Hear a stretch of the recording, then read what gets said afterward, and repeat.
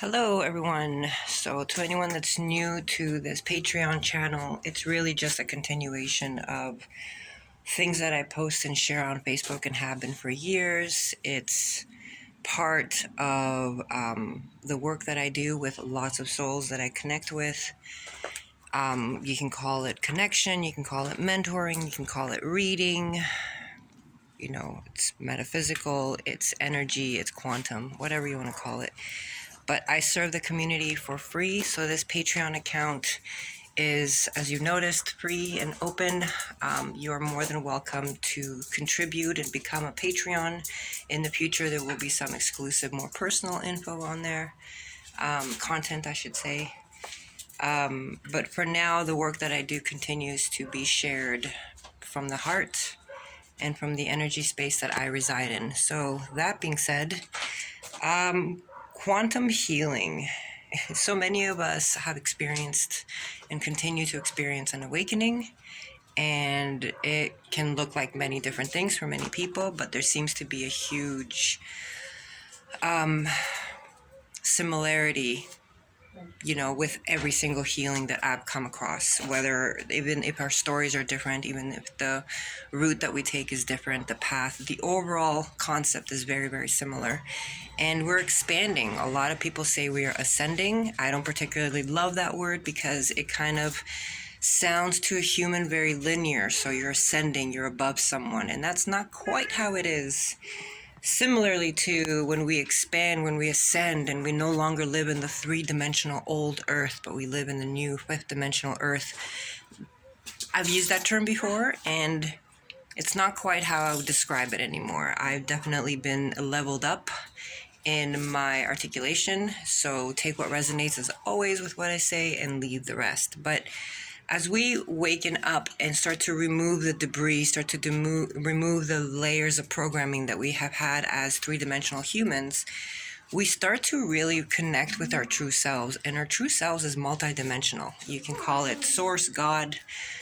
You can call it connecting with your higher self. You can use so many different adjectives, so many ways to express it, so many labels. It doesn't really matter. But what's happening is we are starting to connect with the concept that we are multidimensional beings. And what that means is all of our existences, because time and distance don't actually exist, they are just linearity concepts in our human perception.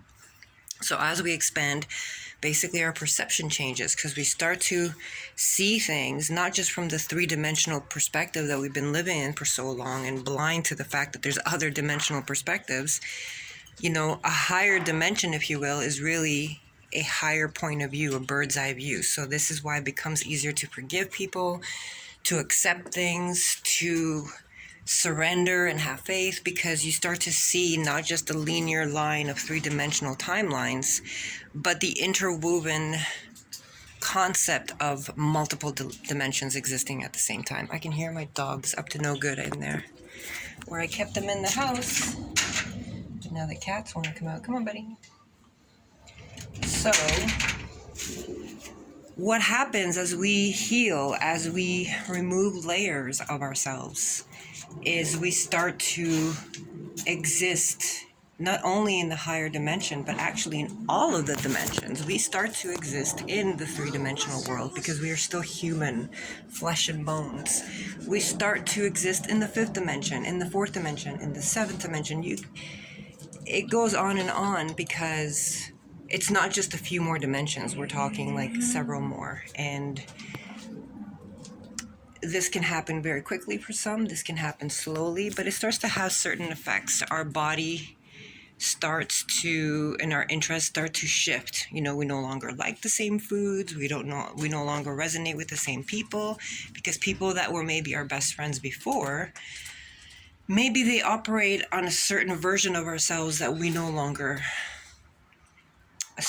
not associate with, but we no longer operate from, So 15 years ago, the people that were resonating in my reality resonated with the version of me that was operating, and that version of me was codependent. It had a lot of trauma. It was very defensive, right? Very quick to snap, stuff like that. And I no longer have that personality, those characteristics, because I no longer operate from that person's that human version of myself, I operate from a different human version of myself that has tapped into other dimensions of myself and other rememberings and other knowings. So I couldn't possibly be the same person. I couldn't possibly be responding the same ways in conversation that I used to. I certainly don't have the same interests that I used to. So I no longer resonate with a life that I no longer existed. So for a lot of people, this starts out with a loss of memory all of a sudden.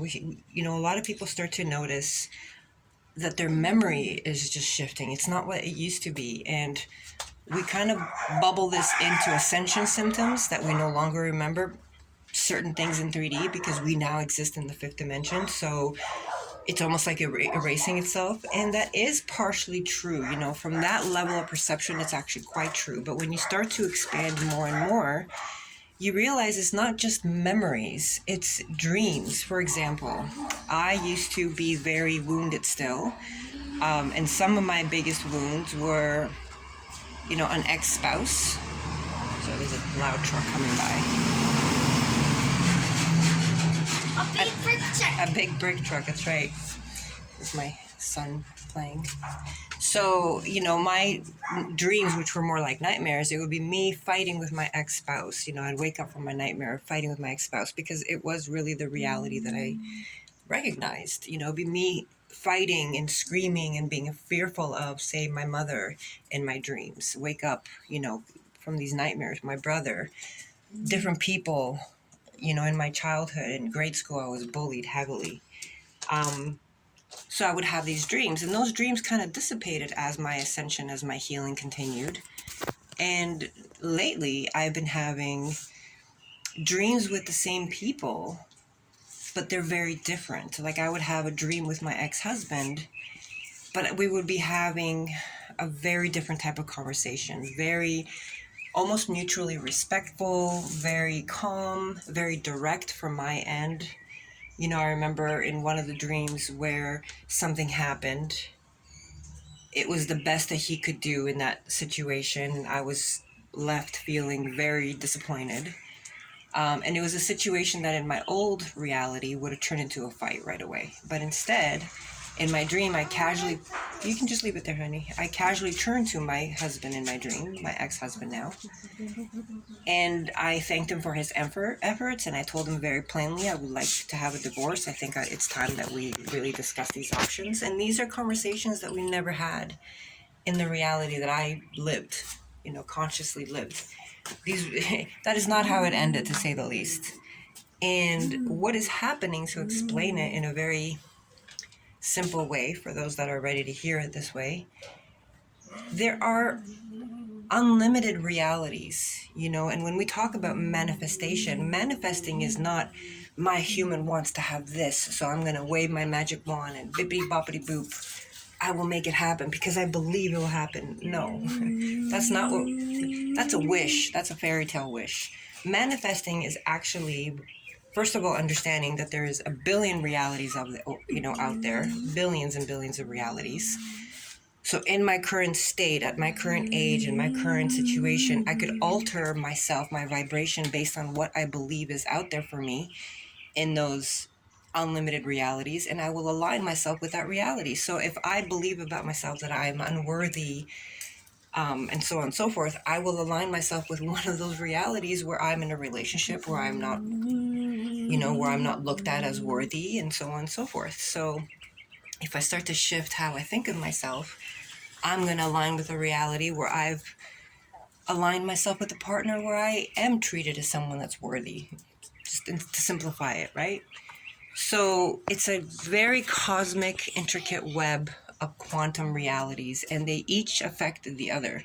So as we start to expand in the way we perceive reality and start to realize that there's so many realities and we are way more than this three-dimensional suit that we wear in this reality, then our belief systems naturally have to change. They naturally have to expand. So therefore our reality shifts. And this can cross over so much where our dreams shift. I am dreaming of a past with an ex-husband that didn't occur in the reality that I remember in my human form, But it did occur in one of the realities that I seem to be aligning with now, because I am at such peace and such acceptance of myself that I am aligned with the life that my ex-husband and I could have had, that reality, because, you know, the more calm reality, the more open conversation, authentic reality, vulnerable reality, which obviously is not what I remember experiencing. But there are so many and they all occur. So I'm just in a frequency alignment with different realities now. Therefore, my memory starts to expand. You know, it's very much like a lot of sci-fi movies that we watched when we were younger. So, are you waiting for me, Orion? Yeah. Okay, give me a moment, okay? I'm going to cut this off quick because I really just wanted to talk about today about the concept that we're not ascending out of the third dimension. We will always still exist in the third dimension while we are living in this physical reality. But our perception of it will shift because we exist as different versions of ourselves. We can see from different dimensional point of views and therefore react different, see different things, hear different things, accept different things, have faith in different things. You know, the list goes on and on. We are different beings because we are now accessing points of ourselves that we didn't access before when we were just loud cars, when we were just unconscious and just operating just from the third dimension. So we are expanding and operating from many dimensions at the same time. Therefore, we are accessing or tapping into many different versions of ourselves. So this will have different effects. This will also have effects in other people. For example, a couple years ago, after almost 5 years, I have a YouTube video link actually, and it's on the Patreon account, a video about this. But basically, about 2 years ago, 2.5 years ago, after almost 5 years, I reconnected via text message with my son's dad. He had been MIA all this time. And it was some good conversations, some repeated patterns that I could see, but it was very clarity giving. It provided a lot of understanding and compassion from my human. And what this did, it actually detangled some trauma that I had stored away as a different human in a different life with this particular man. And by detangling that karma, and I mean, what is karma? Let's recap this for a second. Karma is not something that's paid back to you because you did something bad. Karma is basically trapped emotions, negative emotions specifically, that trapped emotions, it doesn't have to be negative, positive as well, that when we keep them trapped in our bodies, we kind of repeat certain karmatic patterns until we realize that we don't need to trap those emotions anymore. We relive a situation that helps us heal, because trauma is not something that happened to us. Trauma is how we perceive the event that occurred.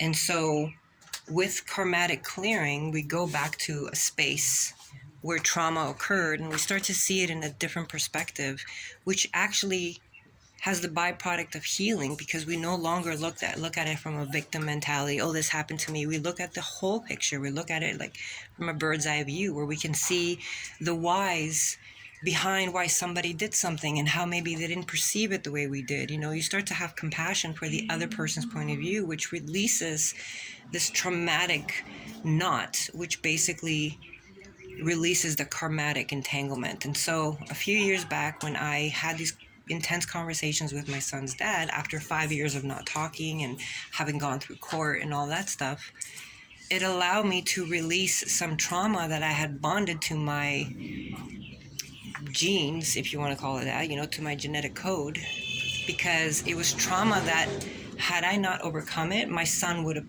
continued to try to detangle this karmatic knot. And because I did it, it actually had an effect on his life, a very positive effect on his life. So I talk more about this in the video. I'll put the link underneath the description. It's actually a 2-part video, if I remember correctly. So anyways, by ascending or expanding into more versions of ourselves, we are basically tapping into this incredible interlinked web of realities. And because we start to see everything clear and clear, we no longer look at it from a human perspective. We look at it from a very cosmic point of view, which is what we are. We are universe, right? We are everything. All right, that's my cue to go. These cats are disturbing my son's beautiful setup. Looks great, Ori. Can I show you now? Yes. All right, I'll talk to you all next time. Bye. So